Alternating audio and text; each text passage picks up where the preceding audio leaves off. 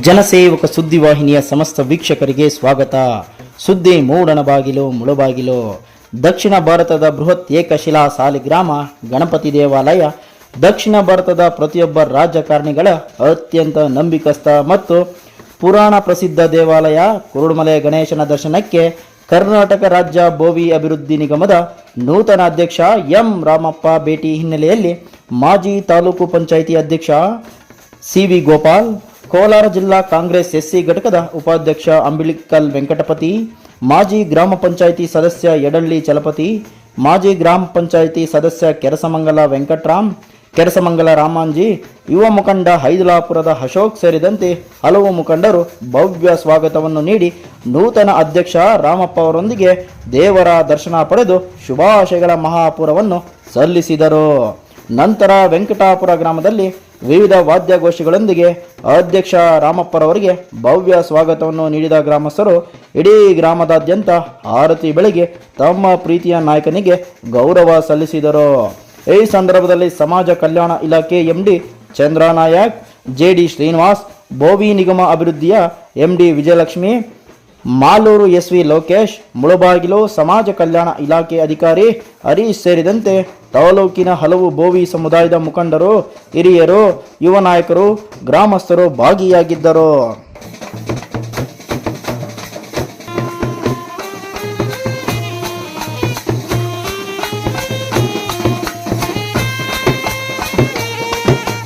ಆಯೋಜನೆ ಮಾಡತಕ್ಕಂಥ ಈ ಕಾರ್ಯಕ್ರಮಕ್ಕೆ ಕರ್ನಾಟಕ ರಾಜ್ಯ ಬೋವಿ ಅಭಿವೃದ್ಧಿ ನಿಗಮದ ಅಧ್ಯಕ್ಷರಾದ ಸನ್ಮಾನ್ಯ ಎಂ ರಾಮಣ್ಣವರು ಮತ್ತು ಎಂ ಡಿ ಅವರು ಮತ್ತು ಎಲ್ಲ ಬಂದಿರತಕ್ಕಂಥ ಎಲ್ಲ ಜಿಲ್ಲಾ ಅಧಿಕಾರಿಗಳಿಗೂ ವಂದಿಸುತ್ತಾ, ಇಲ್ಲಿ ಬಂದಿರತಕ್ಕಂಥ ಪತ್ರಿಕಾ ಮಾಧ್ಯಮದವರು ಮತ್ತು ಈ ಗ್ರಾಮದ ಎಲ್ಲರೂ ಕೂಡ ನಮ್ಮ ತಾಯಂದಿರು, ಅಣ್ಣ ತಮ್ಮಂದಿರು, ಅಕ್ಕ ತಂಗಿರು, ಯೂತ್ ಮಿತ್ರರಿಗೆ ಮನವಿ ಮಾಡ್ತಿದ್ದೇನೆಂದರೆ, ಈಗಾಗಲೇ ಈ ಗ್ರಾಮ ಅಂದರೆ ಇಡೀ ಜಿಲ್ಲೆಯಲ್ಲಿ ಹೆಸರು ತಿರ್ತಕ್ಕಂಥ ಒಂದು ಗ್ರಾಮ. ಯಾಕಂದರೆ ಆಲಂಗೂರು ಶ್ರೀನಿವಾಸ್ ಗೌಡರು ಶಾಸಕರಾಗಬೇಕು, ಅವ್ರು ಮಂತ್ರಿ ಆಗಬೇಕು, ನಾನು ತಾಲೂಕ್ ಪಂಚಾಯತ್ ಸದಸ್ಯರಾಗಬೇಕು, ಅಧ್ಯಕ್ಷರಾಗಬೇಕಂದ್ರೆ ಈ ಗ್ರಾಮದಲ್ಲಿ 95% ಒನ್ ವೇ ಮಾಡಿ ಓಟ್ಲಾಗಿರ್ತಕ್ಕಂಥ ಒಂದು ಗ್ರಾಮ ನಮಗೆ ಇದು. ನಾನು ರಾಜಮಟ್ಟಕ್ಕೆ ಬೆಳಿಬೇಕಂದ್ರೆ ಈ ಗ್ರಾಮ ಅಷ್ಟೊಂದು ಸಹಕಾರ, ಅಷ್ಟೊಂದು ಆಶೀರ್ವಾದ ಮಾಡತಕ್ಕಂಥ ಒಂದು ಗ್ರಾಮ. ಯುವಕ ಮಿತ್ರರು, ಅಕ್ಕ ತಂಗಿಯರು, ಅಣ್ಣ ತಮ್ಮಂದಿರೆಲ್ಲ ಕೂಡ ಈ ಗ್ರಾಮಕ್ಕೆ ನಮ್ಮ ಇಡೀ ಕರ್ನಾಟಕ ರಾಜ್ಯದ ಸರ್ಕಾರ ಬಂದಂಗೆ ಇವತ್ತು ನಮ್ಮ ಬೋವಿ ಅಭಿವೃದ್ಧಿ ನಿಗಮ ಅಧ್ಯಕ್ಷರು ಬಂದಿರೋದು. ನಾವು ಹುಡ್ಕೊಂಡು ಹೋಗ್ಬೇಕು, ಅವ್ರನ್ನ ನಾವು ಬೆಂಗಳೂರು ಹುಡ್ಕೊಂಡು ಹೋಗ್ಬೇಕು. ಅಲ್ಲಿ ಬೆಂಗಳೂರು ಹುಡ್ಕೊಳ್ಬೇಕಂದ್ರೆ ಅಥವಾ ವೆಂಕಟಪತಿನೋ, ವೆಂಕಟರಾಮ್ನೋ, ಸಿ.ವಿ. ಗೋಪಾಲೋ, ಶಂಕರಪ್ಪನೋ, ವೆಂಕಟೇಶ್ನೋ ಅಥವಾ ಲೋಕೇಶ್ನೋ ಯಾರಾದ್ರೂ ಕರ್ಕೊಂಡು ಹೋಗ್ಬೇಕು ಅಂತ ಸಂದರ್ಭ ಇರ್ತಾ ಇತ್ತು. ಇವತ್ತು ನೇರವಾಗಿ ಗ್ರಾಮಕ್ಕೆ ಬಂದು ಅವರು ಈ ಗ್ರಾಮಕ್ಕೆ 4:15ಕ್ಕೆ ನಾವು ಬರಬೇಕು ಅಂತ ತೀರ್ಮಾನ ಮಾಡಿಕೊಂಡಿದ್ರು. ಕರ್ನಾಟಕದ ಜಿಲ್ಲೆಗೆ ಬಂದಿರ್ತಕ್ಕಂಥ ಜಿಲ್ಲಾಧಿಕಾರಿಗಳು, ಎಲ್ಲ ಜಿಲ್ಲೆಯಲ್ಲಿರ್ತಕ್ಕಂಥ ಅಧಿಕಾರಿಗಳು, ಎಲ್ಲ ನಾಯಕರು, ನಮ್ಮ ಸಮಾಜದ ಎಲ್ಲ ಜಿಲ್ಲೆಯ ಮುಖಂಡರುಗಳು ಎಲ್ಲ ಕೂಡ ಬಂದು ಅವರಿಗೆ ತಡೆ ಮಾಡಿರ್ತಾರೆ. ಇಲ್ಲ 4:15 ಗಂಟೆಗೆ ಬರ್ತಾ ಇದ್ವು. ಅದರಿಂದ ದಯವಿಟ್ಟು ಸ್ವಲ್ಪ ತಡವಾಗಿ ಬಂದಾಗ ದಯವಿಟ್ಟು ಕ್ಷಮಿಸಬೇಕು. ಅದರಲ್ಲಿ ಕೂಡ ನಿಮಗೆ 6 ಗಂಟೆಗೆ 7 ಗಂಟೆಗೆ ಬಂದರೆ ಒಳ್ಳೇದು ನಿಮ್ಗೆ. ಯಾಕಂದ್ರೆ ಬೆಳಗ್ಗೆ 6 ಗಂಟೆಗೆ ಖಾಲಿ ಆಗಿಬಿಡ್ತಾರೆ, ಸಾಯಂಕಾಲ 6 ಗಂಟೆ ಈ ಊರಲ್ಲಿ ಇರ್ತಾರೆ. ಮಧ್ಯಾಹ್ನ ಬಂದು ಯಾರು ಒಬ್ರು ಸಿಗಲ್ಲ. ಎಲ್ಲ ಕಷ್ಟಜೀವಿಗಳು, ಎಲ್ಲ ಕಷ್ಟ ಬೀಳ್ತಕ್ಕಂಥವ್ರು. ಮೊದಲು ಮಣ್ಣು ಕೆಲಸ ಅಥವಾ ಜಲ್ಲಿ ಕೆಲಸ, ಅವರು ಬಿಲ್ಡಿಂಗು ಮೋಲ್ಡಿಂಗ್ ಹಾಕೋದು, ಇಂಥ ಕೆಲಸ ಇರ್ತಕ್ಕಂಥವ್ರು ಈ ಸಂದರ್ಭದಲ್ಲಿ ಈ ಗ್ರಾಮಕ್ಕೆ ಬಂದಿದ್ದಾರೆ. ನಮ್ಮ ಕರ್ನಾಟಕ ರಾಜ್ಯದ ಅಧ್ಯಕ್ಷರು ಮತ್ತು ಎಲ್ಲ ಜಿಲ್ಲೆ ಎಲ್ಲ ತಂಡ ಎಲ್ಲ MD ಅವರಿಂದ ಎಲ್ಲ ಅಧಿಕಾರಿಗಳು, ಎಲ್ಲ ನಮ್ಮ ಡಿಸ್ಟಿಕ್ ಅವರು, ಡಿಸ್ಟಿಕ್ ಆಫೀಸರ್ ಎಲ್ಲ ಕೂಡ ಬಂದಿದ್ದಾರೆ. ಆದರೆ ಒಂದೇ ಒಂದು ಮನವಿಯನ್ನು ಮಾಡ್ತೀನಿ ಅವ್ರಿಗೆ, ದಯವಿಟ್ಟು ಇದೇನೋ ಅಲ್ಲಿ ತಾವು ಸ್ಕೀಮನ್ನು ಹೇಳಿದ್ರಿ ಜಿಲ್ಲಾಧಿಕಾರಿಗಳ ಕಚೇರಿಯಲ್ಲಿ. ಆ 8 ಸ್ಕೀಮ್ಗಳು ಹೇಳಿದ್ರು. 8 ಸ್ಕೀಮ್ಗಳು ಕೂಡ ಈ ಗ್ರಾಮದಲ್ಲಿ ಉಪಯೋಗ ಆಗಂಗೆ ನಮಗೆ ಆಶೀರ್ವಾದ ಮಾಡಬೇಕು ತಮ್ಮಲ್ಲಿ ಮನವಿಯನ್ನು ಮಾಡ್ಕೊಳ್ತಾ ಇದ್ದೀವಿ. ಈಗಾಗಲೇ ಏನು ಮಹಿಳಾ ಸಂಘಗಳು, ಸ್ವಸಹಾಯ ಸಂಘಗಳು ಮಾಡಿಕೊಂಡ್ರೆ ಅವ್ರಿಗೊಂದು 5 ಲಕ್ಷ, 5.5 ಲಕ್ಷ ಬರ್ತದೆ ಅಂತ ಹೇಳ್ತಾರೆ. ನೇರ ಸಾಲ 1 ಲಕ್ಷ ಬರ್ತದೆ ಅಂತ ಹೇಳ್ತಾರೆ. ಕಾರ್ಗೆ ಅಥವಾ ಮೇಸ್ತ್ರಿ ಕೆಲಸ ಮಾಡ್ತಕ್ಕಂಥ, ಹೋಟ್ಲ್ ಕೆಲಸ ಮಾಡ್ತಕ್ಕಂಥವ್ರಿಗೆ, ಆಟೋಗೆ ಎಲ್ಲ ಕೂಡ 8 ಯೋಜನೆಗಳಿದೆ ಅಂತ ಅವಾಗಲೇ ಹೇಳಿದಿರಿ. ಆ 8 ಯೋಜನೆಗಳನ್ನು ಕೂಡ ಈ ಗ್ರಾಮದಲ್ಲಿ ಈ ಗ್ರಾಮಕ್ಕೆ ಸುಮಾರು 20 ಹಳ್ಳಿಗಳು ಸೇರ್ತದೆ. 20 ಹಳ್ಳಿಯಲ್ಲಿ ಈ ಗ್ರಾಮದಲ್ಲೇ ಎಲ್ಲ ಎಸ್ಸಿಗಳಿರೋದು, ಎಲ್ಲ ಬೋವಿ ಸಮಾಜ ಇರೋದು. ಅದರಿಂದ ಈ ಗ್ರಾಮಕ್ಕೆ ಜಾಸ್ತಿ ಮಾತಾಡೋದು ಬೇಡ. ಈ ಗ್ರಾಮಕ್ಕೆ ತಮ್ಮ ಆಶೀರ್ವಾದ ಹೆಚ್ಚಿಗೆ ಇರಬೇಕು ಅಂತ ನೇರವಾಗಿ ಒಂದು 20ರಿಂದ 50 ಜನಕ್ಕೆ ನೇರವಾಗಿ ಸಹಾಯ ಆಗಂಗೆ ಮಾಡಬೇಕು ಅಂತ ಅವರ ಪಾದಗಳು ನಮಸ್ಕರಿಸ್ತಾ, ಈಗಾಗಲೇ ಒಂದು 2 ಮಾತಕ್ಕೆ ಅವಕಾಶ ಮಾಡಿಕೊಟ್ಟು ಹೇಳ್ತಕ್ಕಂಥ ಎಲ್ರಿಗೂ, ನಮ್ಮ ತಾಯಂದರಿಗೂ, ಅಣ್ಣ ತಮ್ಮಂದಿರು, ಅಕ್ಕ ತಮ್ಮಂದಿರು, ಯುವಕ ಮಿತ್ರರಿಗೂ, ಪತ್ರಿಕಾ ಮಾಧ್ಯಮಗಳಿಗೂ ವಂದಿಸಿ ನನ್ನ ಮಾತನ್ನು ಮುಕ್ತಾಯ ಮಾಡ್ತೀನಿ. ಜೈ ಹಿಂದ್, ಜೈ ಕರ್ನಾಟಕ. ನಮ್ಮದೇ ಸಮುದಾಯದ ಅಧ್ಯಕ್ಷರು ಬಹಳ ಸೂಕ್ಷ್ಮಜೀವಿ, ಪ್ರತಿಭಾವಂತರು, ಅತಿ ಹೆಚ್ಚು ಎಜುಕೇಶನ್ ಕ್ವಾಲಿಫಿಕೇಶನ್ ಹೊಂದಿರತಕ್ಕಂತಹ ಒಬ್ಬ ಅಧ್ಯಕ್ಷರು ಈ ಸಮಾಜಕ್ಕೆ ಆಗಿರುವುದಂತದ್ದು ನೀವೆಲ್ಲರೂ ಹೆಮ್ಮೆ ಪಡುವಂತ ಕೆಲಸ. ನಾನು ನನ್ನ ಸರ್ವಿಸ್ ಅಲ್ಲಿ ಇಷ್ಟು ಕ್ವಾಲಿಫಿಕೇಶನ್ ಇದ್ದು ಇಷ್ಟು ಅದ್ಭುತವಾದ ಒಳ್ಳೆಯ ಗುಣಗಳನ್ನು ಹೊಂದಿರತಕ್ಕಂತಹ ವ್ಯಕ್ತಿ ಆಕ್ಚುಲಿ ನನಗೆ ಸಿಕ್ಕಿಲ್ಲ. ಬಟ್ ಈ ಟೈಮ್ ಸಿಕ್ಕಿದೆ ಅನ್ನೋದು ನಮಗೆ ಹೆಮ್ಮೆ ತರ್ತಕ್ಕಂಥ ವಿಚಾರ. ನಾವು ಬೋವಿ ಕಾರ್ಪೊರೇಷನ್ ನಮಗೆ ಗೊತ್ತಿದೆ, ಬೋವಿ ಅಭಿವೃದ್ಧಿ ನಿಗಮ ತಮಗೋಸ್ಕರವಾಗಿ ಮಾಡಿರ್ತಕ್ಕಂಥ ನಿಗಮ. ಇದು ನಿಮ್ಮ ನಿಗಮನೇ ಹೊರತು ಬೇರೆ ಯಾವ್ದು ನಿಗಮ ಅಲ್ಲ, ಅಥವಾ ನಮ್ಮ ನಿಗಮ ಅಲ್ಲ. ಏನೇ ಸಮಸ್ಯೆ ಇದ್ರೂ ಕೂಡ, ಯಾವುದೇ ವಿಷಯಗಳಿದ್ರು ಕೂಡ ನೀವು ನಮಗೆ ಮುಕ್ತವಾಗಿ ಚರ್ಚೆ ಮಾಡ್ತಕ್ಕಂತಹದ್ದು ನಮಗೆ ಫೋನ್ ಮಾಡಿ ಮೂಲಕ ಕೇಳಬಹುದು. ಯಾವುದೇ ವಿಷಯ ನಮ್ಮನ್ನಾಗ್ಲಿ ಅಧ್ಯಕ್ಷರನ್ನಾಗ್ಲಿ ನಮ್ಮ ಸಿಬ್ಬಂದಿಗಳನ್ನಾಗಿ ನೀವು ಫೋನ್ ಮೂಲಕ ಕೇಳಿದ್ರು ಸಾಕು, ನಾವು ಆ ಕೆಲಸವನ್ನು ಮಾಡುವಂತದ್ದು ನಾವು ಅಳವಡಿಸ್ಕೊಳ್ತಾ ಇದ್ದೀವಿ. ನಿಮ್ಗೆಲ್ಲ ಗೊತ್ತಿರೋ ಹಾಗೆ ನಮ್ಮ ನಿಗಮದಲ್ಲಿ ಒಂದು 7 ಸ್ಕೀಮ್ಗಳನ್ನ ನಾವು ಅನುಷ್ಠಾನಗೊಳಿಸ್ತಾ ಇದ್ದೀವಿ. ಕೇವಲ ಬೋವಿ ಸಮುದಾಯವರಿಗೆ ಮಾತ್ರ ನಾವು ಈ ಸ್ಕೀಮ್ಗಳನ್ನೆಲ್ಲ ಅನುಷ್ಠಾನಗೊಳಿಸ್ತಾ ಇದ್ದೀವಿ. ಅದರಲ್ಲಿ ಒಂದು ನೇರ ಸಾಲ ಅಂತ ಇದೆ, 1 ಲಕ್ಷ ರೂಪಾಯಿ ಇದೆ. ಅದರಲ್ಲಿ ಸಣ್ಣ ಪುಟ್ಟ ವ್ಯಾಪಾರಗಳನ್ನು ಮಾಡ್ಕೋಬಹುದು, ತಳ್ಳೋ ಇಟ್ಕೋಬಹುದು, ಅಥವಾ ತರಕಾರಿ ವ್ಯಾಪಾರ ಮಾಡ್ಬೋದು, ಮೀನಿನ ವ್ಯಾಪಾರ ಮಾಡ್ಬೋದು, ಮಾಂಸ ವ್ಯಾಪಾರ ಮಾಡ್ಬೋದು, ಸಣ್ಣದೊಂದು ಕಿರಾಣಿ ಅಂಗಡಿ ಮಾಡ್ಕೋಬಹುದು, ಒಂದು ಕುರಿಗಳನ್ನು ತಗೋಬಹುದು. ಆ ರೀತಿ ಎಲ್ಲ ಒಂದು ಸಣ್ಣ ಸಣ್ಣ ಕೆಲಸಗಳನ್ನು ಮಾಡಬಹುದು. ಅದರಲ್ಲಿ ಒಂದು 50,000 ರೂಪಾಯಿ ನಿಮಗೆ ಸಹಾಯಧನ ಕೊಡ್ತೀವಿ, ಒಂದು 50,000 ರೂಪಾಯಿ ನಿಮಗೆ ಲೋನ್ ಕೊಡ್ತೀವಿ. ಎಲ್ಲದನ್ನು ನಾವೇ ಕೊಡ್ತೀವಿ. ಇನ್ನೂ ಒಂದು ಕುರಿ ಸಾಕಾಣಿಕೆ ಅಂತ ಒಂದು ಕಾರ್ಯಕ್ರಮ ಇದೆ, 1 ಲಕ್ಷ ರೂಪಾಯಿ ಇದೆ. 10 ಕುರಿ ಮತ್ತೆ 1 ಟಗರು, 10 ಹೆಣ್ಣು 1 ಗಂಡು, ಅದನ್ನು ಕೊಡ್ತೇವೆ. ಈ ವರ್ಷದಿಂದ ಅದನ್ನ ನಾವು ಆ ಕಾರ್ಯಕ್ರಮವನ್ನ ಅನುಷ್ಠಾನಗೊಳಿಸ್ತಾ ಇದ್ದೀವಿ. ಅದೇ ರೀತಿ ಇನ್ನೊಂದು ಹಸು ಸಾಕಾಣಿಕೆ, ಹೈನುಗಾರಿಕೆ ಅಂತ ಇದೆ. 2 ಹಸುಗಳನ್ನು ತಗೋಬಹುದು. 1,25,000 ರೂಪಾಯಿ ನಾವು ಅನುದಾನ, ಅದಕ್ಕೆ ಘಟಕ ವೆಚ್ಚ ಇದೆ. ನೀವು ಅದನ್ನು ತಗೊಂಡ್ರೆ 50% ಸಾಲ ಇರ್ತದೆ, 50% ಸಹಾಯಧನ ಇರ್ತದೆ. ಸೊ ಹಾಗಾಗಿ ಈ ಹೈನುಗಾರಿಕೆ ಇವತ್ತು ಬಹಳ ಪ್ರಮುಖವಾಗಿರ್ತಕ್ಕಂತಹ ಒಂದು ಉದ್ಯೋಗನೇ ಅದು. ಅದರಿಂದ ನಾವು ಆರ್ಥಿಕವಾಗಿ ಸಬಲರಾಗಲು ಬಹಳ ಅನುಕೂಲ ಆಗುತ್ತೆ. ಸೊ ಅಂತಹ ಸ್ಕೀಮನ್ನು ಕೂಡ ಈ ವರ್ಷ ನಾವು ಅದನ್ನು ಅನುಷ್ಠಾನಗೊಳಿಸ್ತಾ ಇದ್ದೀವಿ. ಹಾಗೆ ಒಂದು 2 ಲಕ್ಷ ರೂಪಾಯಿದು ಸ್ಕೀಮ್ ಇದೆ, ಅದು ಬ್ಯಾಂಕ್ ಲೋನ್ ಸ್ಕೀಮ್. ಅದು 2 ಲಕ್ಷ ರೂಪಾಯಿ ನಾವು ಕೊಡ್ತೇವೆ, ಉಳಿದ ಹಣನ ನೀವು ಹಾಕೋಬಹುದು. ಇದರಲ್ಲಿ ಏನಾದ್ರೂ ಒಂದು ಇನ್ನೂ ಉತ್ತಮ ಮಟ್ಟದ ಒಂದು ಉದ್ಯೋಗವನ್ನು ನೀವು ಮಾಡ್ಕೋಬಹುದು. ಕಿರಾಣಿ ಅಂಗಡಿ ಮಾಡ್ಕೋಬಹುದು, ಆಟೋ ತಗೋಬಹುದು, ಬೇರೆ ಏನು ಬೇಕೋ ನಿಮಗೆ ಅನುಕೂಲವಾಗಿರ್ತಕ್ಕಂಥ ಸಣ್ಣದಾದಂತಹ ಒಂದು ಹೋಟ್ಲ್ ತಗೋಬಹುದು, ಕ್ಯಾಂಟೀನ್ ತಗೋಬಹುದು. ಆ ರೀತಿ ಇರ್ತಕ್ಕಂಥ ಉದ್ಯೋಗಗಳನ್ನು ನೀವು ಮಾಡಿ ಆರ್ಥಿಕವಾಗಿ ಸಬಲರಾಗೋದಕ್ಕೋಸ್ಕರ ಈ 2 ಲಕ್ಷ ರೂಪಾಯಿಗಳನ್ನ ನಾವು ಕೊಡ್ತಾ ಇದ್ದೇವೆ. ಅದೇ ರೀತಿ ಟ್ಯಾಕ್ಸಿಗಳನ್ನು ಕೊಡ್ತೀವಿ ನಾವು, ಕೆಲಸ ಕೊಡ್ತಾ ಇದ್ದೇವೆ ನಾವು. ಟ್ಯಾಕ್ಸಿಗೆ 4 ಲಕ್ಷ ರೂಪಾಯಿ ಕೊಡ್ತಾ ಇದ್ದೀವಿ, ಅದು ಪೂರ್ತಿ ಸಹಾಯಧನ. ಉಳಿದ ಹಣವನ್ನ ನೀವು ಬ್ಯಾಂಕಿಂದ ಲೋನ್ ಮಾಡ್ಕೋಬೇಕಾಗತ್ತೆ. ಸೊ ಎಷ್ಟಾದ್ರೂ ನೀವು ಲೋನ್ ಮಾಡ್ಕೋಬಹುದು, ಯಾವ್ದಾದ್ರೂ ಗಾಡಿ ತಗೋಬಹುದು. ನಾವು ಕೊಡೋದು ಮಾತ್ರ 4 ಲಕ್ಷ ಮಿತಿಗಳು ಮಾತ್ರ ಕೊಡ್ತೇವೆ ನಾವು. ಸೊ ಹಾಗಾಗಿ ಅದನ್ನು ಕೂಡ ನೀವು ಉಪಯೋಗಿಸ್ಕೋಬಹುದು. ಇದು ಆರ್ಥಿಕವಾಗಿ ಅಭಿವೃದ್ಧಿ ಆಗಲು ಬಹಳ ಅನುಕೂಲ ಆಗುತ್ತೆ. ಸೊ ಅದ್ರ ಜೊತೆಗೆ ನಾವು ಫುಡ್ ಕಾರ್ಟ್ ಅಂತ ಇದೆ, ಅಂದ್ರೆ ಈ mobile canteen type. So vehicle ನಲ್ಲೇ, ಗಾಡಿಯಲ್ಲೇ ನಿಮಗೆ ಕ್ಯಾಂಟೀನ್ ಮಾಡಿಕೊಂಡು ಫುಡ್ ಆಹಾರವನ್ನ ಹೋಟೆಲ್ ಟೈಪ್ ಮಾಡಿಕೊಂಡು ನೀವು ವ್ಯಾಪಾರ ಮಾಡಬಹುದು. ಅದಕ್ಕೂ ಕೂಡ ನಾವು 4 ಲಕ್ಷ ರೂಪಾಯಿಗಳ ಸಹಾಯಧನವನ್ನು ಕೊಡ್ತೇವೆ. ಉಳಿದ ಹಣವನ್ನ ಬ್ಯಾಂಕಿಂದ ನೀವು ಲೋನ್ ಆಗಿ ಪಡ್ಕೋಬೇಕಾಗುತ್ತೆ. ಇನ್ನೊಂದು ಗಂಗಾ ಕಲ್ಯಾಣ ಅಂತ ಇದೆ. ಯಾರ ಹತ್ರ ಜಮೀನ್ ಇದೆ, 1.5 ಎಕರೆಯಿಂದ 5 ಎಕರೆ ಜಮೀನು ಇರೋರಿಗೆ ಗಂಗಾ ಕಲ್ಯಾಣ ಯೋಜನೆಯಲ್ಲಿ 4,75,000 ರೂಪಾಯಿ ನಾವು ಅನುದಾನವನ್ನು ಕೊಡ್ತೇವೆ. ಅದರಲ್ಲಿ 75,000 ನಿಮಗೆ ನಾವು KEB ಅವರಿಗೆ ಕೊಡ್ತೇವೆ. ಉಳಿದ ಹಣದಲ್ಲಿ ಪಂಪು ಮೋಟರ್ಗಳನ್ನ ನೀವು ಕೊಡ್ತೇವೆ. ಅದರಲ್ಲಿ 50,000 ರೂಪಾಯಿ ಲೋನ್ ಇರುತ್ತೆ, ಅದನ್ನು ನೀವು ಕಟ್ಕೋಬೇಕಾಗತ್ತೆ. ಸೊ ಹಾಗಾಗಿ ಇದು ಬಹಳ ಅನುಕೂಲವಾಗಿರ್ತಕ್ಕಂತಹ ಒಂದು ಯೋಜನೆ, ನೀರಾವರಿ ವ್ಯವಸ್ಥೆಯನ್ನು ಕಲ್ಪಿಸ್ತಕ್ಕಂಥ ಯೋಜನೆ ಇದು. ಅದರ ಜೊತೆಗೆ ಇನ್ನೊಂದು ಭೂ ಒಡೆತನ ಯೋಜನೆ ಇದೆ. ಯಾರಿಗೆ ಜಮೀನ್ ಇಲ್ಲ, ಕೃಷಿ ಕಾರ್ಮಿಕರು ಯಾರಿದ್ದಾರೆ ಅಂತಹ ಕುಟುಂಬದ ಮಹಿಳೆಯರಿಗೆ 25 ಲಕ್ಷದಲ್ಲಿ ನಾವು ಜಮೀನನ್ನ ಖರೀದಿಸಿ ಅವರ ಹೆಸರಿಗೆ ರಿಜಿಸ್ಟ್ರೇಷನ್ ಮಾಡಿಸಿ ಕೊಡ್ತೇವೆ ನಾವು. ಇದರಲ್ಲಿ 50% ಸಹಾಯಧನ ಇರುತ್ತೆ, 50% ಲೋನ್ ಇರ್ತದೆ. ಸೊ ಈ ಎಲ್ಲಾ ಸ್ಕೀಮ್ಗಳನ್ನ ನಿಮಗೋಸ್ಕರ ನಮ್ಮ ಬೋವಿ ನಿಗಮದಿಂದ, ಬೋವಿ ಸಮಾಜದವರಿಗೋಸ್ಕರ ನಾವು ಇದನ್ನ ಅನುಷ್ಠಾನಗೊಳಿಸ್ತಾ ಇದ್ದೀವಿ. ನಮಗೆ ಸರ್ಕಾರ ಕೊಡ್ತಕ್ಕಂಥ ಅನುದಾನದಲ್ಲಿ ಕಳೆದ ಸಾಲಿನಲ್ಲಿ ನಮಗೆ ಸ್ವಲ್ಪ ಅನುದಾನದ ಸ್ವಲ್ಪ ಕಡಿಮೆ ಇತ್ತು. ಈ ಸಾರಿ ನಮಗೆ ಸುಮಾರು ನಿಮ್ಮ ಜಿಲ್ಲೆಗೆ 7 ಕೋಟಿವರೆಗೂ ಅನುದಾನವನ್ನ ಈ ವರ್ಷಕ್ಕೆ ನಾವು ಅಲೋಕೇಶನ್ ಅನ್ನು ಮಾಡಿದ್ದೇವೆ, ನಿಮಗೆ ಕೊಟ್ಟಿದ್ದೇವೆ. ಸೊ ಹಾಗಾಗಿ ಇದರದೆಲ್ಲ ಸದುಪಯೋಗನ ಉಪಯೋಗಿಸ್ಕೋಬೇಕು. ನಾವೆಲ್ಲ ಪರಿಶಿಷ್ಟ ಜಾತಿಗೆ ಸೇರಿರ್ತಕ್ಕಂಥವ್ರು, ಅತಿ ಕಡು ಬಡತನ ನಮ್ಮಲ್ಲಿದೆ, ಕೂಲಿ ಕಾರ್ಮಿಕರಾಗಿದ್ದೀವಿ, ನಾವು ದುಡ್ದೇ ತಿನ್ಬೇಕಾಗತ್ತೆ. ಸೊ ಹಾಗಾಗಿ ಇಂತಹ ಸವಲತ್ತುಗಳನ್ನು ಪಡೆದು ಅದರಿಂದ ನಾವು ಆರ್ಥಿಕವಾಗಿ ಸಬಲರಾಗಿ ಎಲ್ಲರ ಜೊತೆಗೆ ಸಮಾನವಾಗಿ ಬೆಳೆಯೋದಕ್ಕೆ ಒಂದು ಅವಕಾಶ ಇದೆ. ನಾವೆಲ್ಲರೂ ಒಂದು ಹಂತಕ್ಕೆ ಬರಬೇಕಾದ್ರೆ ಈ ಈ ಯೋಜನೆಗಳು ಕೂಡ ಅದಕ್ಕೆ ಒಂದು ದಾಪುಗಾಲ ನೀಡುತ್ತೆ, ನಿಮ್ಮನ್ನು ಒಂದು ಮುಂದುವರೋದಕ್ಕೆ ಅನುಕೂಲ ಆಗತ್ತೆ ಅಂತ ಹೇಳ್ತಾ వెంకటాపురము గ్రామం మన బంధువులకంతా నా నమస్కారాలు పెడతా. నా జొతలాన వచ్చిండే మన ఎండి గారు ఉన్నారు, చంద్రనాయక్ అంటని, గోపాల్ గారు ఉన్నారు, లోకేష్ గారు ఉన్నారు.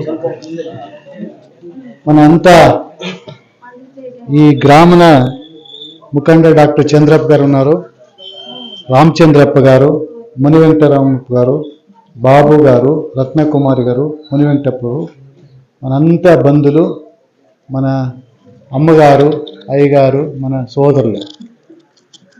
నేను చాలా లేటుగా తడవుగా వచ్చిన దానికి నేను క్షమ కోరుతున్నాను. నేను కూడా ఇట్లే ఒక పల్లెలోనే పుట్టి పెరిగిండేవాడు. నాకు ఈ పల్లెలు తెలుసు, ఢిల్లీలు తెలుసు, అంతా తెలుసు. ఇది వచ్చేటప్పుడు నేను చూస్తే దానికి ఈ ఊరికి అంత దావలేదు, సరిగా దారి లేదు, తార్ రోడ్ లేదు. మన ముఖండ్రులు ఇక్కడ గోపాల్ గారు ఉన్నారు, మాలూరులో మన లోకేష్ గారు ఉన్నారు. దానికి ఏమన్నా చేసి ఎమ్మెల్యేతో ఏదైనా గ్రాంట్ వేయించుకొని ఈ రోడ్స్ వేయించకి ఇస్తే చాలా మంచిది. లేకపోతే ఎవరికన్నా నేను కలల్లా మాట్లాడాలంటే చెప్తే ఈ ఊరికి ఒక టార్ రోడ్ చేసేకి వ్యవస్థ చేయించేకి చెప్తాను.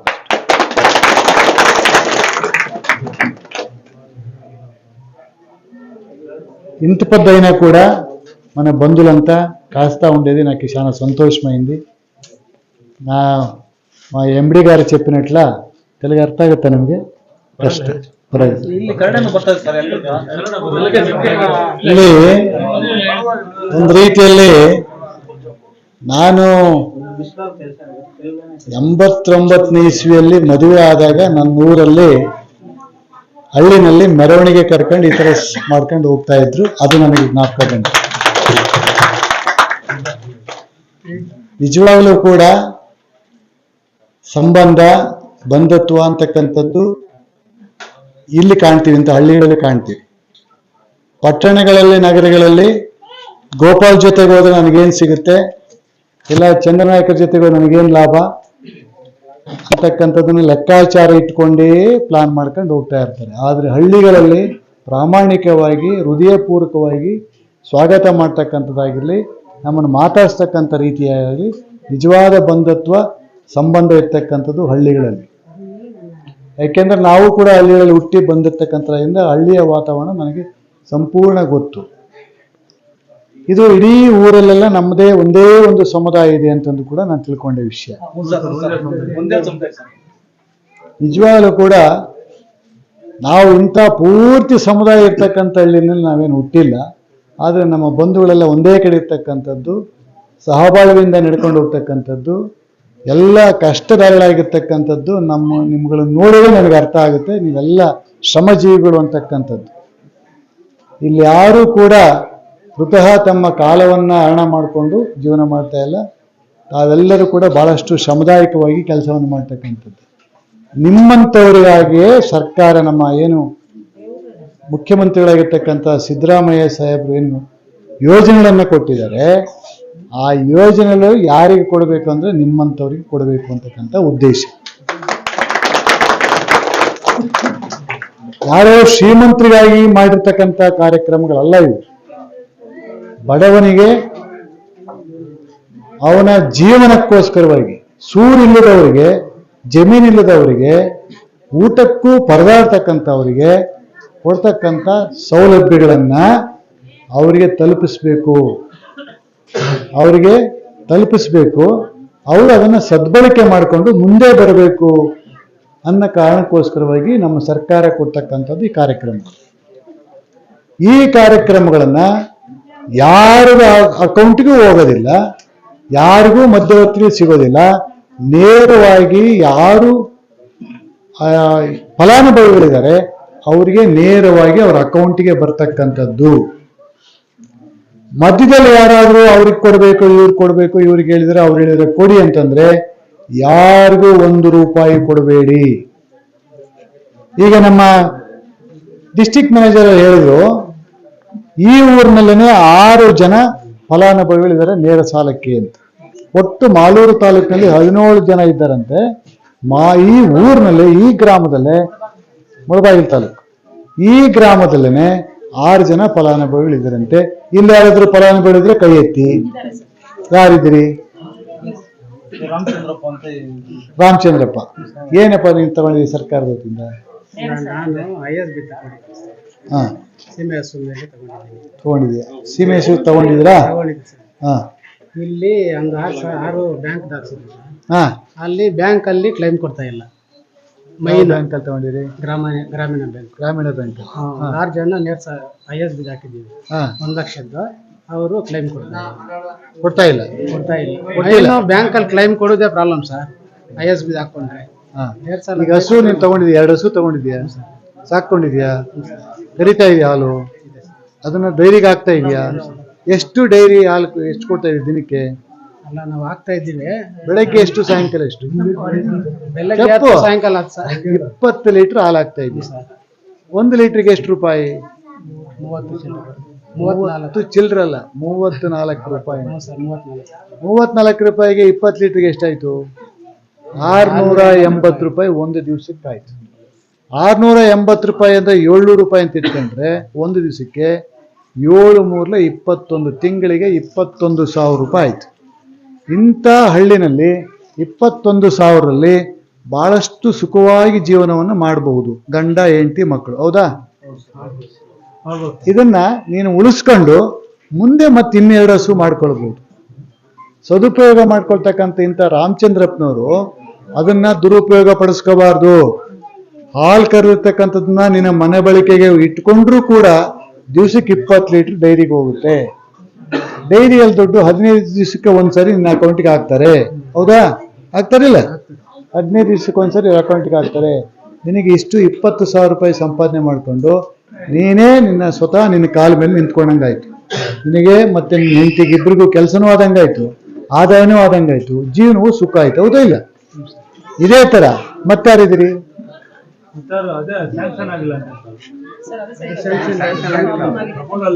ಅದನ್ನ ಇವತ್ತು ಬ್ಯಾಂಕ್ನವರು ಕೂಡ ಮೀಟಿಂಗ್ ಮಾಡಿದಾಗ ಜಿಲ್ಲಾ ಕಚೇರಿ ಗಲಾಟೆ ಮಾಡಬಾರ್ದು. ನಿಮಿಷ, ಬ್ಯಾಂಕ್ನವ್ರನ್ನ ಕೂಡ ಜಿಲ್ಲಾಧಿಕಾರಿ ಕಚೇರಿಯಲ್ಲಿ ಕರೆಸ್ಬಿಟ್ಟು ಬ್ಯಾಂಕ್ಗಳಲ್ಲಿ ಬಂದ ತಕ್ಷಣ ಯಾವುದೇ ತೊಂದರೆ ಇಲ್ದಿದ್ದಂಗೆ ನಮ್ಮ ಜನಗಳಿಗೆ ಸಾಲ ತಕ್ಷಣ ಕೊಡೋ ವ್ಯವಸ್ಥೆ ಮಾಡಬೇಕು ಅಂತ DC ಅವ್ರಿಗೆ ಹೇಳಿದ್ದೀವಿ, MD ಅವರಿದ್ದಾರೆ, AD ಅವರಿದ್ದಾರೆ, ಎಲ್ಲರೂ ಇದ್ರು. ನಮ್ಮ ಜಾಯಿಂಟ್ ಡೈರೆಕ್ಟರ್ ಕೂಡ ಇದ್ರು, ಶ್ರೀನಿವಾಸ್ ಅವರಿದ್ದಾರೆ. ಅದನ್ನ ಅವರೇ ಮುತುವರ್ಜಿ ವಹಿಸಿ ಯಾವ ಬ್ಯಾಂಕಲ್ಲಿ ಸಾಲಕ್ಕೆ ನೀವು ಹೋಗಿರ್ತೀರಿ ಅವರೇನೋ ತೊಂದರೆ ಕೊಟ್ರೆ ಅವ್ರು ಬಿಡುಗಡೆ ಮಾಡಲಿಲ್ಲ ಅಂತಂದ್ರೆ ನೇರವಾಗಿ ಮೇಡಮ್ಗಾದ್ರೂ ಭೇಟಿ ಮಾಡಿ, ಶ್ರೀನಿವಾಸ್ಗಾದ್ರೂ ಭೇಟಿ ಮಾಡಿ ನಿಮ್ಮದನ್ನ ತೆಗೆದುಕೊಂಡು ನೀವು ಉಪಯೋಗ ಮಾಡ್ಕೊಳ್ಬೇಕು. ಸರ್ ಏನಿಲ್ಲ, ಅದೇ ಬ್ಯಾಂಕ್ ಅಲ್ಲಿ ಲೋನ್ ಕೊಟ್ರೆ ಸರ್ ಇದು ಕಡಿಮೆ ಇಂಟ್ರೆಸ್ಟ್ ಬರುತ್ತೆ, ಅವ್ರ ಜೀವನ ಮಾಡಕ್ಕೂ ಅನುಕೂಲ ಆಗುತ್ತೆ ಸರ್. ಅದೇ ರಾಮಚಂದ್ರಪ್ಪ, ಫೈನಾನ್ಸ್ ಅಲ್ಲಿ ಜಾಸ್ತಿ ಹೋಗ್ಬೇಡಿ, ಜಾಸ್ತಿ ಪ್ರೈವೇಟ್ ಫೈನಾನ್ಸ್ ಯಾವ ಕಾರಣಕ್ಕೂ ಹೋಗ್ಬೇಡಿ. ಕರ್ನಾಟಕ ಬ್ಯಾಂಕ್ ಇದೆ, ಬೇರೆ ಸ್ಟೇಟ್ ಬ್ಯಾಂಕ್ ಇದೆ, ಕೆನರಾ ಬ್ಯಾಂಕ್ ಇದೆ.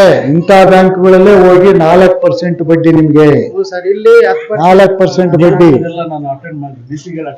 ಇದೆಲ್ಲನೂ ಕೂಡ ನಮ್ಮ ಜಾಯಿಂಟ್ ಡೈರೆಕ್ಟರ್ ನಿಮ್ ಜೊತೆಗಿದ್ದಾರೆ. ಎಷ್ಟು ಸಂಪಾದನೆ ಮಾಡಿದ್ರು ಕೂಡ ಅರ್ಥ ಆಯ್ತು, ನಿಮ್ಗೆ ಒಂದೇ ಸೆಂಟೆನ್ಸ್ ಅಲ್ಲಿ ಅರ್ಥ ಆಗುತ್ತೆ. ಕಡಿಮೆ ಬಡ್ಡಿ ಕೊಟ್ರೆ ನಿನಗೆ ಉಳಿತದೆ ಸ್ವಲ್ಪ ಅನುಕೂಲ ಆಗುತ್ತೆ ಸರ್. ಅದೇನು ಆಯ್ತಾ? ಇವ್ರಿಗೆಲ್ಲರೂ ಕೂಡ ಶ್ರೀನಿವಾಸ್ ಅವರಿಗೆ ಜಾಯಿಂಟ್ ಡೈರೆಕ್ಟರ್ಗೆ ಕಾಂಟ್ಯಾಕ್ಟ್ ಮಾಡಿ ಅವ್ರ ವಿಚಾರ ತಿಳಿಸಿ ಅವ್ರನ್ನ ಅನುಭವಿಸ್ತಾರೆ. ಒಂದು. ಎರಡನೇದು, ಜಿಲ್ಲೆಯಲ್ಲಿ ಎಲ್ಲರೂ ಬರುವಾಗ ನಾನು ಮಾತಾಡ್ತೀನಿ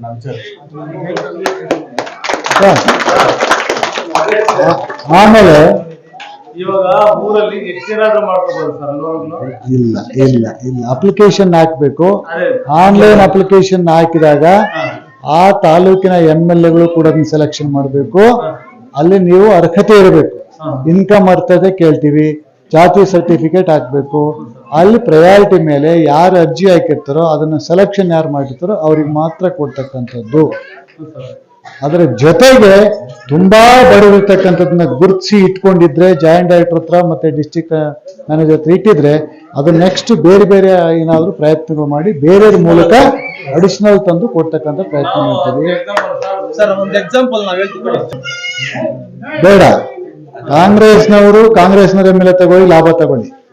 ಬೇರೆ ಪಕ್ಷದವರು ಈಗ ಯಾವ ಎಮ್ ಎಲ್ ಎ ಇದಾರೆ ಅವ್ರು ತಗೊಳ್ಳಿ, ಅವ್ರ ಲಾಭ ತಗೊಳ್ಳಿ, ಅವ್ರು ಸೆಲೆಕ್ಷನ್ ಮಾಡಿ ಕಳಿಸಿ. ಅವೆರಡಕ್ಕೂ ಹೊರತುಪಡಿಸಿ ನಮ್ದೇ ಆಗಿರ್ತಕ್ಕಂಥ ಕೋಟೆ ಇರ್ತದೆ, ನಮ್ ಬೋರ್ಡ್ ಇರ್ತದೆ, ಅದರಲ್ಲಿ ಬೇರೆ ಅಡಿಷನಲ್ ಗ್ರಾಂಟ್ ತಂದ್ಬಿಟ್ಟು ನಮ್ಗೆ ಸಹಾಯ ಮಾಡಿಕೊಟ್ಟಿವಿ. ನಿಮಗೆ ಅವು ಎಮ್ ಎಲ್ ಎ ತಗ ಅವ್ರು ಹೋಗಕ್ಕಾಗಲ್ಲ, ಮಾಡಕ್ಕಾಗಲ್ಲ. ಆ ಸಮಸ್ಯೆಗಳನ್ನು ಇರ್ತಕ್ಕಂಥದ್ದು ಎಲ್ಲಾ ಊರಲ್ಲೂ ಇದೆ ಈ ಸಮಸ್ಯೆ. ಅದ್ರ ಬಗ್ಗೆ ಹೇಳಿದ್ದಾರೆ, ಮಾತಾಡ್ತೀವಿ ಅಂತ ಹೇಳಿದ್ದಾರೆ. ಇದನ್ನ ಇನ್ನೊಂದು ಇಲ್ಲಿ ಮಹಿಳಾ ಸ್ವಸಹಾಯ ಗುಂಪುಗಳನ್ನು ಮಾಡಿ ಈ ಊರಲ್ಲಿ ಹೆಣ್ಮಕ್ಳು ಒಂದು ಸಂಘ ಮಾಡ್ಕೊಳ್ಳಿ, 10 ಜನ ಸೇರ್ಕೊಂಡು ಒಂದು ಗ್ರೂಪ್ ಮಾಡ್ಕೊಳ್ಳಿ. 10 ಜನ ಸೇರ್ಕೊಂಡು ಚಂದ್ರಪ್ಪನರೇ, ನೀವು ಡಾಕ್ಟರ್ ಇದೀರಿ, ವಿದ್ವಾಂಸಿದಿರಿ, ಊರಲ್ಲಿ ಇದ್ದೀರಿ, ನಿಮ್ಗೆ ಬಹಳ ಧನ್ಯವಾದ. ಈ ಊರನ್ನ ಸ್ವಲ್ಪ ನೋಡಿ, ಕಷ್ಟದಲ್ಲಿರ್ತಕ್ಕಂಥವ್ರನ್ನ ಗಮನಿಸಿ. ನೀವು ಆ ಪಾರ್ಟಿ ಈ ಪಾರ್ಟಿ ಅಂತ ಏನು ನೋಡ್ಬೇಡಿ. ಪಾರ್ಟಿ ಬಿಟ್ಟು ನೀವು ಯಾರು ಹೆಣ್ಮಕ್ಳದ್ದು ಗುಂಪು ಮಾಡಿ, ಸ್ವಸಹಾಯ ಗುಂಪು ಮಾಡಿಬಿಟ್ಟು 10 ಜನ ಹೆಣ್ಮಕ್ಳದೆಲ್ಲ ಸರ್ಟಿಫಿಕೇಟ್ ತಗೊಂಡು ಸ್ವಸಹಾಯ ಗುಂಪು ಅಂತ ಮಾಡಿ ಅದಕ್ಕೆ 5 ಲಕ್ಷ ರೂಪಾಯಿ ಸ್ವಸಹಾಯ ಗುಂಪುಗಳಿದೆ, ಅದನ್ನ ಕೊಡ್ತೀವಿ. ಅದು ಟೈಲರಿಂಗ್ ಮಿಷಿನ್ ತಗೊಳ್ಳಿ, ಅಥವಾ ಬೇರೆ ಏನಾದ್ರು ಹಪ್ಪಳ ಮಾಡ್ತಕ್ಕಂಥದ್ದು, ಸಂಡಿಗೆ ಮಾಡ್ತಕ್ಕಂಥದ್ದು, ಬೇರೆ ಬೇರೆ ಏನೇನೋ ಒಂದು ಗುಂಪು ಮಾಡಿಕೊಂಡು ಅದನ್ನ ಸಹಾಯವನ್ನು ಮಾಡ್ಕೊಡಿ, ಗುಂಪುಗಳು ಮಾಡ್ಕೊಡಿ. ಅದು ರಿಜಿಸ್ಟರ್ ಆಗುತ್ತದೆ, ಸುಮ್ಮನೆ ಗುಂಪು ಮಾಡೋದಲ್ಲ. ಆ ಗುಂಪು ರಿಜಿಸ್ಟರ್ ಆಗುತ್ತೆ, ರಿಜಿಸ್ಟರ್ ಮಾಡಿಕೊಡ್ಬೇಕು. ರಿಜಿಸ್ಟರ್ ಮಾಡಿಬಿಟ್ಟು ಅದ್ರ ಮೂಲಕ ಅರ್ಜಿಗಳು ಹಾಕಿದ್ರೆ ಅದಕ್ಕೂ ಕೂಡ ಸೌಲಭ್ಯ ಇದೆ. ಇನ್ನ ಸಾರಥಿ ಸಾಲಗಳಲ್ಲಿ ಯಾರು ಅರ್ಜಿಗಳು ಹಾಕಿಲ್ಲ, ಯಾರು ಅಪ್ಲೈ ಮಾಡಿಲ್ಲ. ಆಮೇಲೆ ಜಮೀನು ರಹಿತರಿಗೆ, ಜಮೀನು ಇಲ್ಲದೆ ಇರ್ತಕ್ಕಂಥ ಹೆಣ್ಮಕ್ಳಿಗೆ ಜಮೀನು ಕೊಡ್ತೀವಿ. ಜಮೀನು ಕೊಡ್ತೀವಿ. ಈಗ ನನಗೆ ಯಾರು ನೇಮಕ ಮಾಡಿರೋದು? ಸರ್ಕಾರ. ಈ ಸರ್ಕಾರ ಕಾರ್ಯಕ್ರಮ ಕೊಟ್ಟಿರೋದು ಯಾರು? ಕಾಂಗ್ರೆಸ್ ಸರ್ಕಾರ. ಮತ್ತೆ ಸರ್ಕಾರ, ಕಾಂಗ್ರೆಸ್ ಸರ್ಕಾರ ಈ ಸೌಲಭ್ಯಗಳು ಕೊಟ್ಟಿದೆ ನಮ್ಮ SC STಗೆ, ನಮ್ಮ ಒಡ್ರಿಗೆಲ್ಲ. ಜೊತೆಗೆ ಹೆಣ್ಣು ಮಕ್ಕಳಿಗೆಲ್ಲ 2,000 ರೂಪಾಯಿ ಕೊಡ್ತಾ ಇದೆ, ಅಕ್ಕಿ ಕೊಡ್ತಾ ಇದೆ, ಎಲ್ಲಾ ಸೌಲಭ್ಯ ಕೊಡ್ತಾ ಇದೆಯಲ್ಲ, ಅವೆಲ್ಲವನ್ನೂ ಬರ್ತಾ ಇದ್ರಿಂದ ನೀವೆಲ್ಲರೂ ಕೂಡ ನಮಗೆ ಬೆಂಬಲವಾಗಿರ್ಬೇಕು, ನಮ್ಮ ಜೊತೆಗಿರ್ಬೇಕು, ನಮಗೆ ಸಹಕಾರ ಕೊಡಬೇಕು. ಈಗ ನಮಗೆ ಮುಖ್ಯಮಂತ್ರಿಗಳು ಏನ್ ಮಾಡಿದಾರೆ, ನನ್ನ ನೇಮಕ ಮಾಡಿಬಿಟ್ಟು ಹೋಗಯ್ಯ ನೀನು ಒಡ್ರಟ್ಟಿಗಳಿಗೆಲ್ಲ ಹೋಗೋ ಬೋಯಿಕಾಯಂತ ಪೈ ತಿರುಗಾಡ್ಕನಿ ఎంత సౌలభ్యం ఇచ్చాయి అంటే చెప్పినారు. ఆ పని చేసేదేమి, ప్రతి పల్లెకి ఇట్లా వస్తాను. యా ఊర్లో మనం జాస్తి ఉన్నామో ఆ ఊరికి నేనే వస్తాను, ఆడే వచ్చి చూస్తాను. మోసం కారదు, ಯಾವುದೇ ಕಾರಣಕ್ಕೂ ಮೋಸ ಆಗಬಾರ್ದು, ಯಾರಿಗೂ ಕೂಡ ತೊಂದರೆ ಆಗಬಾರ್ದು, ಯಾರಿಗೂ ಕೂಡ ಯಾವ ಕಾರಣಕ್ಕೂ ಲಂಚ ಕೊಡಬಾರ್ದು, ಬ್ರೋಕರ್ಗೆ ದುಡ್ಡು ಕೊಡಬಾರ್ದು. ನೀವೇ ನೇರವಾಗಿ ತಗೊಳ್ಳುವಂತ ಕೆಲಸ ಮಾಡಿ, ನಿಮ್ಮ ದುಡ್ಡನ್ನ ಸರ್ಕಾರ ಕೊಡ್ತಕ್ಕಂಥ ಸೌಲಭ್ಯವನ್ನ ನೀವೇ ತಗೊಳ್ಳುವಂತ ಕೆಲಸ ಮಾಡಿ. ಗೊತ್ತಾಯ್ತಾ? ಏನೇ ಸಮಸ್ಯೆ ಇದ್ರು ಒಂದೇ ಜಾತಿಗೆ ಸೀಮಿತ ಅಲ್ಲ. ಅವ್ರು ಜಾಯಿಂಟ್ ಡೈರೆಕ್ಟರ್ ಇರ್ತಕ್ಕಂಥದ್ದು ಮೇಡಮ್ ಅವರು ನಮ್ಗೆ ಒಂದೇ ಜಾತಿಗೆ ಸೀಮಿತ. ಇವರು ಜಾಯಿಂಟ್ ಡೈರೆಕ್ಟರ್ ಇರ್ತಕ್ಕಂಥ ಎಲ್ಲಾ ಜಾತಿಗಳನ್ನು ನೋಡ್ಬೇಕು. ಬೇರೆ ಬೇರೆ ಕೆಲಸಗಳಲ್ಲಿ ಇರ್ತವೆ. ತಕ್ಷಣ ಏನ್ ಮಾಡ್ತಾರೆ, ಅವ್ರಿಗೆ ಮಾಡ್ತೀರಿ, ಸರ್ ಎಷ್ಟು ಸರಿ ಫೋನ್ ಮಾಡಿದ್ರೆ ಫೋನ್ ಎತ್ತಿಲ್ಲ. ಅವ್ರು ವೆಹಿಕಲ್ ಆಗಿ ಹೋಗ್ತಿರ್ತಾರೋ, ಅಥವಾ ಅಧಿಕಾರ ಜೊತೆಗೆ ಇರ್ತಾರೋ, ಅಥವಾ ಬೇರೆ ಏನಾದ್ರು ಸಮಸ್ಯೆ ಇರ್ತದೆ, ಅವ್ರದ್ದು ಕೂಡ ಜೀವನ ಅಲ್ವಾ, ಅವ್ರದ್ದು ಸಮಸ್ಯೆ ಇರ್ತಲ್ವಾ. ಕಂಪ್ಲೇಂಟ್ ಮಾಡೋದು ಬಹಳ ಸುಲಭ. ಕೆಲಸ ಮಾಡ್ಕೊಳ್ತಕ್ಕಂಥ ಬುದ್ಧಿವಂತಿಕೆ ಮಾಡ್ಕೊಳ್ಳಿ. ಈಗ ಬಹಳ ಜನ ಬುದ್ಧಿವಂತ ಏನ್ ಮಾಡ್ತಾರೆ, ಒಂದ್ಸಲ 10 ಸಾರಿ ಹೋಗ್ತಾರೆ, ವಿನಮ್ರತೆಯಿಂದ ಕೇಳ್ತಾರೆ, ಸರ್ ಇದು ಮಾಡ್ಕೊಡಿ, ಸಹಾಯ ಮಾಡಿ ಅಂತ ಕೇಳ್ತಾರೆ. ಹಂಗೆ ಕೇಳ್ಕೊಂಡು ಅಧಿಕಾರಿಗಳ ಮನವೊಲಿಸ್ಕೊಂಡು ನಿಮ್ ಕೆಲಸವನ್ನು ಸಾಧಿಸ್ಕೋಬೇಕೆ ಹೊರತು ಅವ್ರ ಮೇಲೆ ಪೈಪೋಟಿ ಮಾಡೋದಾಗಿರ್ಲಿ, ಅವ್ರ ಮೇಲೆ ಗಲಾಟೆ ಮಾಡೋದಾಗ್ಲಿ ಮಾಡಬೇಡಿ. ನಮ್ಮ ಜನಗಳು ಬಹಳಷ್ಟು ಒಳ್ಳೆ ಜನ, ಬಹಳ ಸೌಮ್ಯ ಸ್ವಭಾವಗಳು ಅಂತ ಹೇಳಿದ್ರು. ಇರ್ತಕ್ಕಂಥ ಸವಲತ್ತುಗಳನ್ನ ಬಳಸ್ಕೊಳ್ಬೇಕಾದ್ರೆ ಅದು ನಿಮ್ ಕೈ ಇರ್ತದೆ. ಈಗ ಬೆಣ್ಣೆ ನಿಮ್ ಕೈಲಿರ್ತದೆ, ತುಪ್ಪ ಮಾಡ್ಕೊಳ್ಳೋದು ಬಹಳ ಸುಲಭ. ಹಾಗಾಗಿ ಸರ್ಕಾರ ಅನೇಕ ಸೌಲಭ್ಯಗಳನ್ನು ಕೊಡ್ತಿದೆ. ಆ ಸೌಲಭ್ಯಗಳನ್ನ ತುಪ್ಪವನ್ನಾಗಿ ಮಾಡಿಕೊಂಡು ಕುಡಿತಕ್ಕಂಥ ಕೆಲಸವನ್ನ ಮಾಡ್ಬೇಕು. ಜಾಂಡ್ರಾಗ್ಬೇಕು, ಒರಟರಾಗಬಾರ್ದು. ಎಷ್ಟೇ ಕಷ್ಟ ಆಗ್ಲಿ ನಿಮ್ಗೆ, ಎಷ್ಟೇ ಸಮಸ್ಯೆ ಇಲ್ಲ ನಿಮ್ಗೆ, ನಿಮ್ಮ ಸಮಸ್ಯೆಗಳಿಗೋಸ್ಕರ ಮಕ್ಕಳಿಗೆ ವಿದ್ಯಾಭ್ಯಾಸವನ್ನ ತಪ್ಪಿಸ್ಬೇಡಿ. ನೀವು ಎಷ್ಟೇ ಹಗಲು ರಾತ್ರಿ ಶ್ರಮ ಪಟ್ಟರು ಕೂಡ ಮಕ್ಕಳಿಗೆ ಶಾಲೆಗೆ ಕಳಿಸ್ಬೇಕು, ವಿದ್ಯಾವಂತನಾಗಿ ಮಾಡಬೇಕು. ನಾವು ಹೋಗ್ಬೇಕಾದ್ರೆ ಬಹಳ ಕಷ್ಟ ಇತ್ತು. ಈಗ ಈ 1ನೇ ಕ್ಲಾಸಿಗೆ ಬೇಕಂದ್ರೂ ಸೇರಕ್ಕೆ ಸ್ಕೂಲ್ ಇದೆ, ಹಾಸ್ಟೆಲ್ ಇದೆ, ವಸತಿ ಸೌಲಭ್ಯ ಇರ್ತದೆ. ಅವ್ರನ್ನ ಸೇರಿಸ್ಬೇಕು, ವಿದ್ಯಾವಂತರನ್ನಾಗಿ ಮಾಡಬೇಕು. ವಿದ್ಯೆ ಮಾತ್ರ ನಾವು ಪಡೆದ್ರೆ ಹೇಗಾದ್ರೂ ಬದುಕ್ತೀವಿ, ಹೇಗಾದ್ರೂ ಉದ್ಧಾರ ಆಗ್ತೀವಿ. ವಿದ್ಯೆ ಇಲ್ಲದೆ ಹೋದ್ರೆ ಇದೇ ಕಲ್ಲು ಹೊಡೆಯೋ ಕೆಲಸ, ಇದೇ ಮಣ್ಣು ಹೊರ ಕೆಲಸ, ಇದೇ ಗೋಡೆ ಕಟ್ಟೋ ಕೆಲಸ, ಇದೇ ಕೆಲಸವನ್ನು ನಾವು ಮಾಡ್ಕೊಂಡು ಹೋಗ್ತೀವಿ. ನಿಮ್ಮ ಕಾಲಕ್ಕೆ ಶ್ರಮ ಮಾಡಲಿಕ್ಕೆ ಸಾಕು. ಮಕ್ಕಳಿಗೆ ವಿದ್ಯಾವಂತರನ್ನಾಗಿ ಮಾಡಿ. ನಿಮ್ಮ ಶ್ರಮದಲ್ಲಿ ಮಕ್ಕಳನ್ನು ವಿದ್ಯಾವಂತರ ಮಾಡಿದರೆ ನಿಮ್ಮ ಜೀವನ ಪೂರ್ತಿಯಾಗಿ ಮಕ್ಕಳ ಒಂದು ದುಡಿಮೆ ಆದ್ಮೇಲೆ ನೀವು ವಿಶ್ರಾಂತಿ ತಗೊಳ್ಳಿ, ಅವ್ರು ನಿಮ್ಮನ್ನು ಸಾಕ್ತಾರೆ. ಹಾಗಾಗಿ ನಾನು ನಿಮ್ಮಲ್ಲಿ ವಿನಂತಿ ಮಾಡ್ತೀನಿ, ಯಾವುದೇ ತೊಂದರೆ ಇದ್ರೂ ಕೂಡ, ಎಷ್ಟೇ ಕಷ್ಟ ಆದ್ರೂ ಕೂಡ, ತಾಯಂದ್ರೆಲ್ಲ ಬಹಳ ಜನ ಇದ್ದೀನಿ, ಎಷ್ಟೇ ಕಷ್ಟ ಆದ್ರೂ ಕೂಡ ಮಕ್ಕಳನ್ನ ವಿದ್ಯಾಭ್ಯಾಸ ಕೊಡಿಸೋದು ಮಾತ್ರ ತಪ್ಪಿಸ್ಬೇಡಿ. ವಿದ್ಯೆಯಿಂದ ಮಾತ್ರ ನಮ್ಮ ಆರ್ಥಿಕ ಶಕ್ತಿ, ನಮ್ಮ ಜೀವನ ಸಾರ್ಥಕ ಆಗುತ್ತೆ, ಉದ್ಧಾರ ಆಗುತ್ತೆ. ಹೊರತು ಎಷ್ಟು ಕೋಟ್ಯಾಧಿಪತಿ ಆಗಿದ್ರು ಕೂಡ ನೀವು ವಿದ್ಯೆ ಇಲ್ಲ ಅಂದ್ರೆ ಅದು ಪ್ರಯೋಜನಕ್ಕೆ ಬರಲ್ಲ. ತಾಯಂದ್ರೆ ನಿಮ್ಗೆಲ್ಲ ಕೈ ಮುಗಿದು ಕೇಳ್ತೀನಿ, ಗಂಡಸರು ಎಲ್ಲೋ ಕೆಲಸ ಒತ್ತಡದಲ್ಲಿ ಹೋಗಿರ್ತಾರೆ, ನೀವು ಮಕ್ಕಳುಗಳ ಜವಾಬ್ದಾರಿ ಮಾಡ್ಕೊಳ್ಳಿ. ನಿಮಗೆ ಸರ್ಕಾರ ಕೊಡುವಂತ ಸೌಲಭ್ಯದಲ್ಲಿ ಕೆಲವು ಹೆಣ್ಮಕ್ಳು 2,000 ರೂಪಾಯಿ ಕೊಟ್ಟಿರ್ತಕ್ಕಂಥ ಕೂಡಿಟ್ಟು ಎಷ್ಟೋ ಅನುಕೂಲವನ್ನು ಮಾಡ್ಕೊಂಡಿದ್ದಾರೆ, ವ್ಯರ್ಥ ಮಾಡಲ್ಲ. ಹಾಗೆ ಈ ಸೌಲಭ್ಯಗಳು ಕೂಡ ನೀವೇ ತಗೊಳ್ಳಿ, ಅನುಕೂಲ ಮಾಡ್ಕೊಳ್ಳಿ. ಅದೆಲ್ಲದಕ್ಕಿಂತ ಹೆಚ್ಚಾಗಿ ಮಕ್ಕಳಿಗೆ ವಿದ್ಯಾಭ್ಯಾಸ ಕೊಡಿ ಅಂತ ಮತ್ತೊಮ್ಮೆ ಹೇಳ್ತೀನಿ. ಇನ್ನೊಂದು ಸಾರಿ ನಿಮ್ಮ ಗ್ರಾಮಕ್ಕೆ ನಾನು ಬರೋದಕ್ಕೆ ಪ್ರಯತ್ನ ಪಡ್ತೀನಿ. ಇಡೀ ರಾಜ್ಯ ತಿರುಗಂತ ಕೆಲಸ ಕೊಟ್ಟಿರೋ ನನಗೆ ಮುಖ್ಯಮಂತ್ರಿಗಳು. ಇಡೀ ರಾಜ್ಯದಾದ್ಯಂತ ಹಳ್ಳಿಗಳಲ್ಲೇ ಹೋಗಿ, ಹಳ್ಳಿಗಳಲ್ಲೇ ಭೇಟಿ ಮಾಡಿ ಈ ಥರ ಸಂವಾದ ಮಾಡಿಕೊಂಡು ಅವ್ರ ಸಮಸ್ಯೆಗಳನ್ನ ಆಲಿಸ್ಕೊಂಡು ಬರಲಿಕ್ಕೆ ನನಗೆ ಬಹಳಷ್ಟು ಸಂತೋಷ ಆಗುತ್ತೆ. ನಾನು ಎಲ್ಲ ಕಡೆಗೆ ಈ ಕೆಲಸವನ್ನು ಮಾಡ್ತೀನಿ. ನಮ್ಮ ಅಧಿಕಾರಿಗಳು ಕೂಡ ಇದಕ್ಕೆ ಸಂಪೂರ್ಣವಾಗಿ ಸಹಕಾರ ಕೊಡ್ತಾರೆ. ನಿಮಗೆ ಕೊಟ್ಟಿರ್ತಕ್ಕಂಥ ಒಂದೊಂದು ರೂಪಾಯಿ ಕೂಡ ನಿಮಗೇ ತಲುಪಬೇಕು ಅಂತಕ್ಕಂಥ ಉದ್ದೇಶ, ಒಂದೊಂದು ರೂಪಾಯಿ ಕೂಡ ನಿಮಗೇ ತಲುಪಬೇಕಂತ ಉದ್ದೇಶ. ಅದನ್ನು ಪ್ರಾಮಾಣಿಕವಾಗಿ ನಾನು ಪ್ರಯತ್ನ ಮಾಡ್ತೀನಿ ಅಂತಕ್ಕಂಥ ಹೇಳ್ತಾ, ಈ ಸಂದರ್ಭದಲ್ಲಿ ನನಗೆ ಇಷ್ಟೊತ್ತಾದರೂ ಕೂಡ ನೀವೆಲ್ಲ ಇದ್ದು ನನಗೆ ಆಹ್ವಾನ ಮಾಡಿ, ಸ್ವಾಗತ ಮಾಡಿ, ಮೆರವಣಿಗೆ ರೀತಿಯಲ್ಲಿ ಕರ್ಕೊಂಡು ಬಂದು ನನಗೆ ನನ್ನ ಮಾತು ಎಲ್ಲಾ ತಾಲೂಕಿನಂತಹ ಜನಗಳು ತಮ್ಮನ್ನ ವೆಲ್ಕಮ್ ಮಾಡ್ಕೊಳ್ಬೇಕು ಅಂತ ಹೇಳ್ಬಿಟ್ಟು ಎಲ್ಲರನ್ನೂ ಬಂದಿದ್ರು. ನಾವು ನಮ್ಗೆ ಇನ್ನೊಂದು ಸ್ವಲ್ಪ ಕಾಲಾವಕಾಶ ಕೊಟ್ಟಿದ್ರೆ ಇನ್ನ ಹೆಚ್ಚಿನ ಒಂದು ರೀತಿಯಲ್ಲಿ ನಾವು ಮೊಬಲೈಸ್ ಮಾಡಿ ನಮ್ಮ ಇಲಾಖೆಯಲ್ಲಿರ್ತಕ್ಕಂಥ ಎಲ್ಲ ವಿಚಾರಗಳನ್ನ ನಾವು ಜನಗಳ ಮುಂದೆ ನೇರವಾಗಿ ಇಡ್ಬೋದಾಗಿತ್ತು. ಆದ್ರೂ ಸಹ ತಾವು ಇಷ್ಟೊತ್ತು ನಮ್ಮ ಜೊತೆನಲ್ಲಿ ತಮ್ಮ ಸಮಯವನ್ನ, ಅಮೂಲ್ಯವಾದ ಸಮಯವನ್ನ ತಾವು ಕಳೆದಿದ್ದೀರಾ. ಹಾಗೂ ಇಲಾಖೆಯ ಎಲ್ಲ ಯೋಜನೆಗಳನ್ನು ಸಹ ತಾವು ಸಂಪೂರ್ಣವಾಗಿ ತಿಳಿಸಿದ್ದೀರಾ. ಆ ಒಂದು ಕಾರಣಕ್ಕಾಗಿ ಜನಾಂಗದ ಪರವಾಗಿ ಹಾಗೂ ನನ್ನ ವೈಯಕ್ತಿಕವಾಗಿ ತಮಗೆ ಧನ್ಯವಾದಗಳನ್ನ ತಿಳಿಸ್ತಾ ಇದ್ದೇನೆ. ಸಾಯಂಕಾಲ ಚಾರ್ಜ್ ತಗೊಂಡಿದ್ದು ಇದುವರೆಗೂ ಸುಮಾರು 128 ಕೇಸಸ್ ಕೇಸ್ ಮಾಡಿದ್ದೀನಿ ಸರ್. 3 ತಿಂಗಳಲ್ಲಿ 128 ಕೇಸ್ ಮಾಡಿದ್ದೀನಿ. ಹಾಗೂ ಇಲ್ಲಿ ಒಂದು ನಮ್ಮ ಇಲಾಖೆಯಿಂದ ಏನು ನಾವು ಸರ್ಕ್ಯುಲರ್ ಬಿಡುಗಡೆ ಮಾಡಿದ ತಕ್ಷಣ ಎಲ್ಲ ನಮ್ಮ ಜನಾಂಗದ ಗುಂಪುಗಳಿಗೂ ಸಹ ನಾನು ಈ ಒಂದು ವಿಚಾರಗಳನ್ನ ವಾಟ್ಸ್ಆಪ್ ಮುಖಾಂತರ ಕಳಿಸ್ಕೊಟ್ಟಿದ್ದೀವಿ. ಹಾಗೂ ನಾನು ಯಾವುದೇ ಗ್ರಾಮಕ್ಕೆ ಹೋದ್ರು ಸಹ ಆಗಿರ್ತಕ್ಕಂಥ ಜನಗಳಿಗೆ ನಮ್ಮ ಇಲಾಖೆಯ ಒಂದು ಇದನ್ನ ಅವೇರ್ನೆಸ್ ಮೂಡಿಸಿಕೊಡ್ತಾ ಇದ್ದೀನಿ ಸರ್.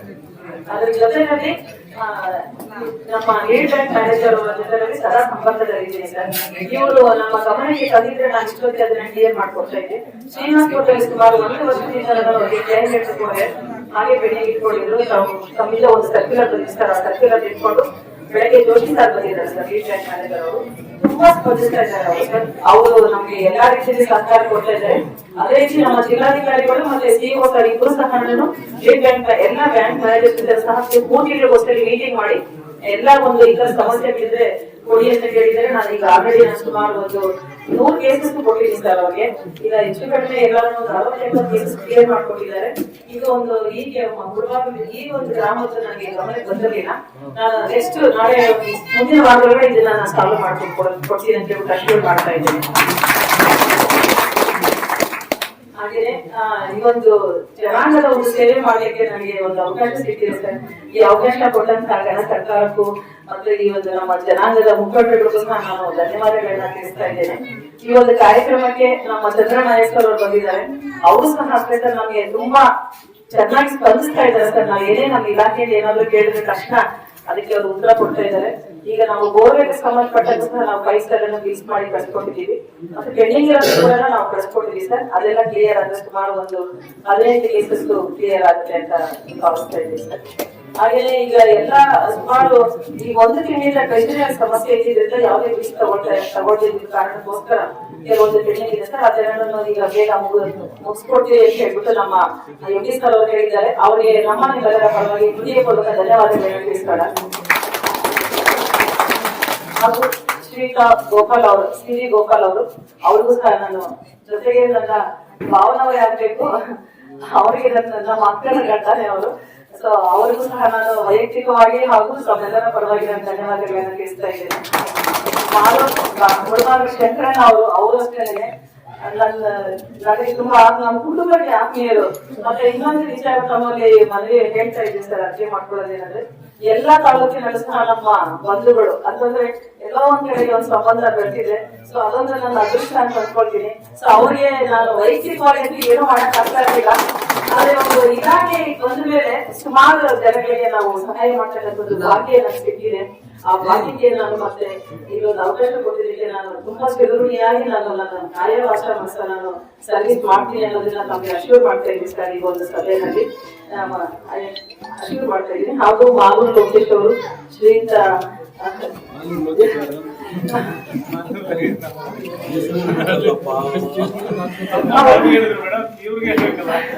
ಅವರು ನಮ್ಮ ಯಜಮಾನರು ಅಂದ್ರೆ ನಮ್ಮ ಪತಿದೇವರವರು.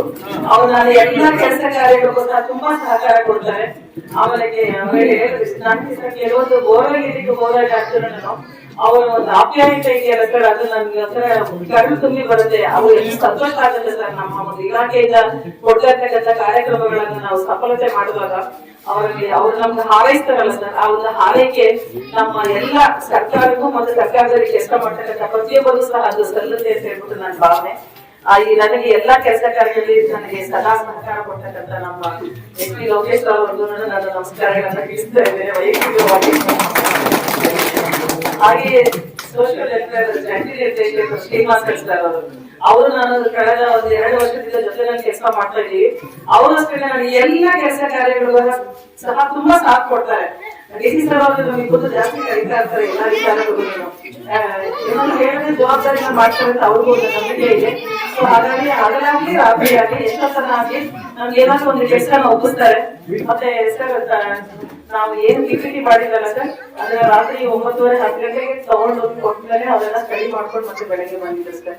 ಅಷ್ಟೊಂದು ಅವ್ರ ಜವಾಬ್ದಾರಿ ತಗೊಳ್ತಾರೆ. ಮತ್ತೆ ಅದೇ ರೀತಿ ನಮಗೆ ಎಲ್ಲಾ ರೀತಿಯಲ್ಲೂ ಸಹಕಾರ ಕೊಡ್ತಕ್ಕಂಥ ಶ್ರೀನಿವಾಸ ಸರ್ ಅವ್ರಿಗೂ ಸಹ ನಾನು ಧನ್ಯವಾದಗಳನ್ನು. ಹಾಗೂ ಶ್ರೀಯುತ ಹರೀಶ್ ಸರ್ ಅವರು ಸಹಾಯಕ ನಿರ್ದೇಶಕರು ಸೋಷಿಯಲ್ ವೆಲ್ಫೇರ್ ಅವರು ಸಹ ಬಂದಿದ್ದಾರೆ. ಅವ್ರಿಗೂ ಸಹ ನಾನು ಧನ್ಯವಾದಗಳನ್ನು ತಿಳಿಸ್ತಾ ಇದ್ದೇನೆ. ಅದು ಇನ್ನು ಅನೇಕರು ಮುಖಂಡರು ಇಲ್ಲಿದ್ದಾರೆ, ಹಿರಿಯರಿದ್ದಾರೆ, ನನ್ನ ಕುಲ ಬಾಂಧವರು ಎಲ್ಲ ಇಲ್ಲಿದ್ದಾರೆ. ಅವರಿಗೆ ನಾನು ಶಿರಸಾಷ್ಟಾಂಗ ವಂದನೆಗಳನ್ನು ತಿಳಿಸ್ತಾ ಈ ಒಂದು ಕಾರ್ಯಕ್ರಮಕ್ಕೆ ಸೇರಿದ್ದೀರಾ, ನಮ್ಮ ಅಧ್ಯಕ್ಷರನ್ನ ಹೃದಯಪೂರ್ವಕವಾಗಿ ಅವರ ಮನ ಸಂತೋಷ ಪಡೋದನ್ನ ಸ್ವಾಗತ ಪಟ್ಟು ಮಾಡಿದ್ದೀರಾ. ಅದಕ್ಕೋಸ್ಕರ ನಾನು ಎಲ್ಲರ ಪಾದಗಳಲ್ಲಿ ಸಹ ನಾನು ಧನ್ಯವಾದಗಳನ್ನ ತಿಳಿಸ್ತಾ ಇದ್ದೀನಿ. ಧನ್ಯವಾದಗಳು.